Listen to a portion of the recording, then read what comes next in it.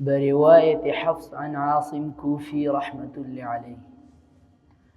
أعوذ بالله من الشيطان الرجيم.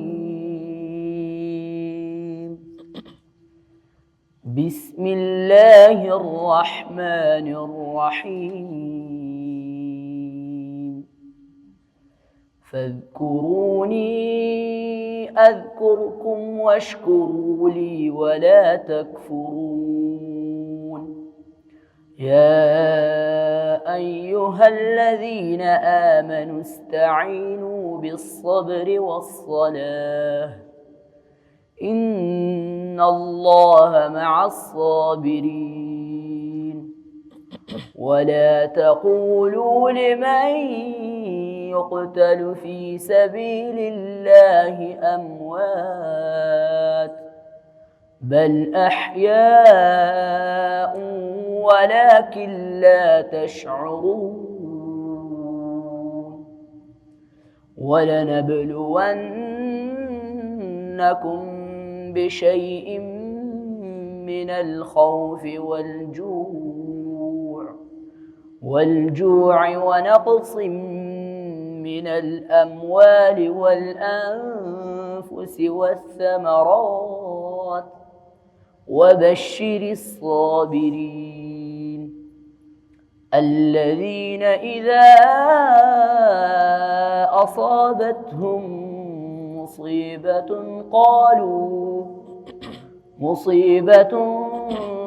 قالوا إنا لله وإنا إليه راجعون.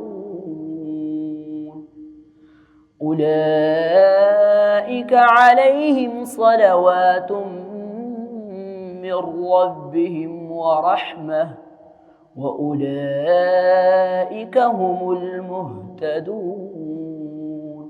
صدق الله العظيم. अब देखिए इन्हें पढ़ना फज़कुरूनी अज़कुरकुम वश्कुरू ली वला तकफुरून।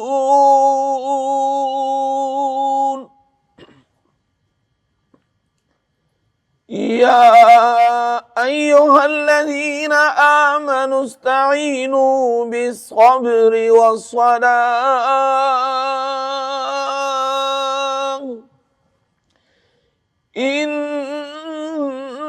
इन्नल्लाह मअस्साबिरीन। वला तक़ूलू लिमन युक़तल फ़ी सबीलिल्लाहि अम्वात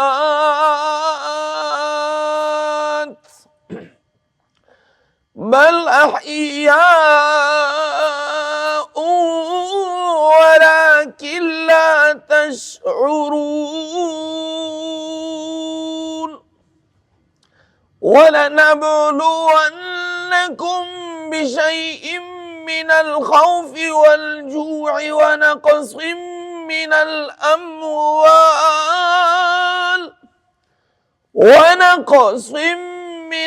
अम्वाल वल अनफुसि वस्समरात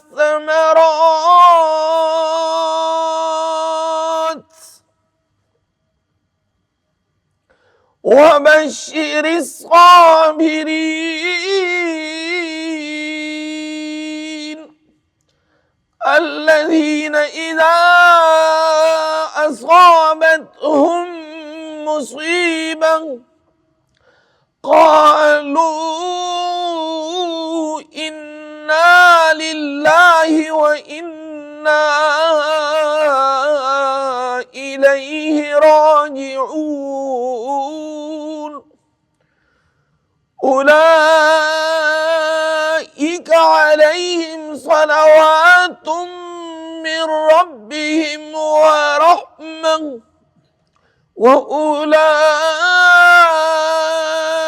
هم المهتدون.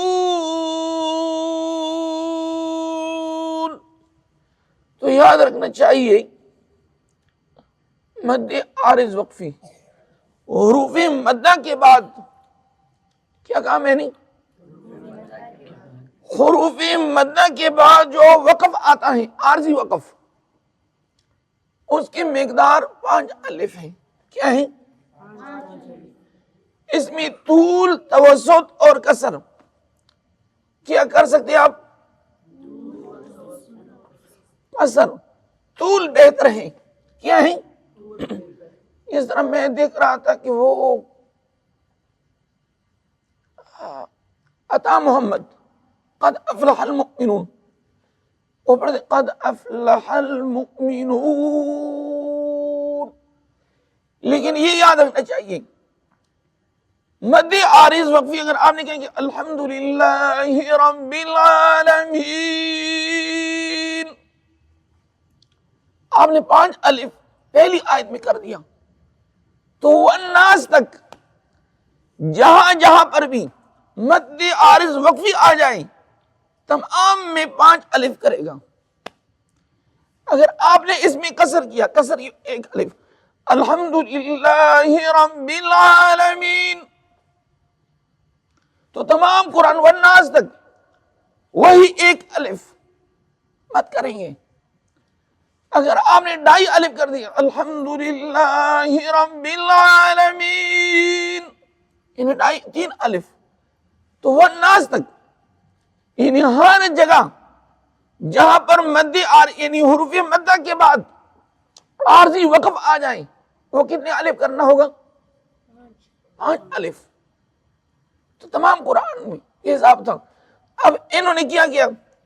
انہوں نے کہا کہ اموات، اموات کے اوپر انہوں نے 2.5-3 الف کر دیا، لیکن پہلی جو وقف تھی فاذکرونی اذکرکم واشکروا لی ولا تکفرون، اس میں 1 الف کر دیا۔ آپ سمجھ گئی میری بات؟ سمجھ گئی آپ؟ تو جہاں پر پہلی آیت میں جو وقف آپ نے کیا مد عارض وقفی، وہ آخر والناس تک وہی کرانا ہوگا۔ ان کو جزاک اللہ کہوں۔